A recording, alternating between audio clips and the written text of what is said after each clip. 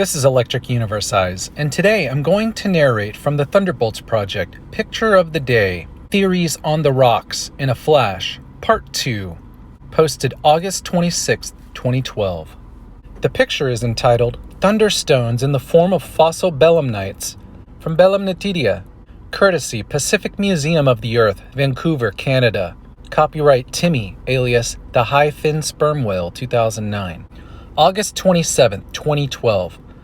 That many a thunderstone earned the sobriquet by virtue of its exposure during a thunderstorm strikes one as correct to a degree. Intellectual lassitude perfuses the attempts of those who blame the conception of the thunderstone on sheer stupidity or, one notch up, a rebarbative belief that stones were carried up into the clouds by waterspouts and then redeposited during thunderstorms. Meteorites would have been among such terrestrial rocks that had been struck by lightning. This line of argument makes a mockery of the universal belief in the reality of the thunderstone insofar as it invokes purely imaginary scenarios. Somewhat more penetrating was Iliad's beady observation that the thunderstone logically connects with the common ancient perception of the entire sky as a solid firmament. The same conception of a solid celestial vault explains the virtues of meteorites and thunderstones. However, the archetype of the solid sky, though real, presents an even greater mystery than the thunderstone itself. The American geomythologist Adrienne Mayer argued the case for fossils. The lightning motif reflects the natural fact that violent thunderstorms expose big fossils to view, but it also reflects the attempt to imagine a force powerful enough to destroy monsters of such size and strength. A severe thunderstorm would wash away soil, revealing fossils that were not visible before, hence the common association of fossils with thunder beings. Direct accounts confirm that fossils were often revealed in the aftermath of storms. An Oglala informant volunteered the memory of the discovery of a fossil, Proboscidean. Quote, "A Lakota hunting party traveled down by where Colorado Springs is now.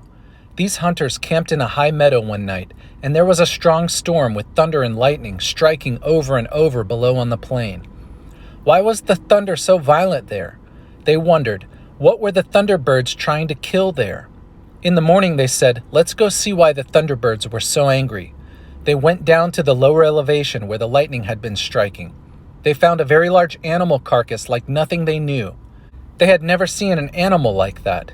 It was really big, and it had a strange, big, or maybe a long nose, so strange that they wondered how it managed to eat." End quote. Fossils aside, the thunderstone as a peculiar rock or prehistoric tool would often surface after thunderstorms as well.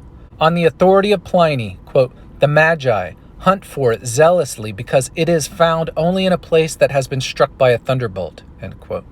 From Sark, one of the Channel Islands, comes the story in which a cow is killed by lightning in the field. The peasant digs up the earth round it and finds the thunderstone, a small green stone axe. Mongol shamans claim to retrieve bumal, a kind of tool or weapon used by people during the Bronze Age, from places where the lightning had struck. Zulu shamans asserted that where the lightning strikes the ground, there is something resembling the shank of an assegai, which remains in the earth, and this thing is called a thunderbolt. They dig till they find it. And the Skiddy Pawnee from Nebraska told that the first man, Peruski, or closed child, went to the place where the lightning had struck upon the mountains.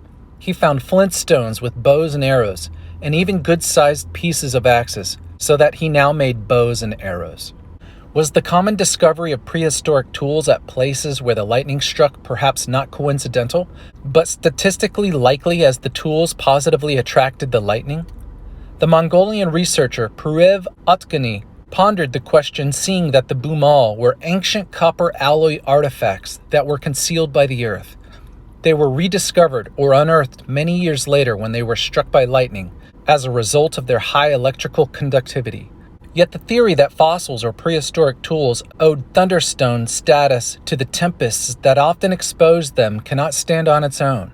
After all, why single out the thunderbolt when storms equally feature rain, wind, clouds, and darkness? The likes of rainstones or windstones are hardly heard of in the pages of myth.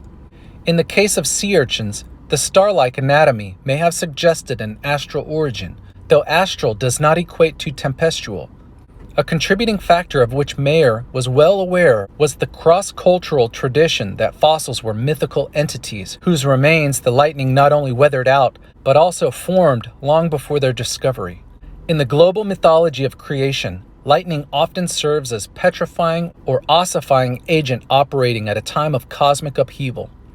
Whereas signs of burning or scorching on fossils may have reinforced such beliefs, some sort of actual environmental disaster must have provoked the stories in the first place. This was written by Rens van der Sluis. For more information, please visit thunderbolts.info.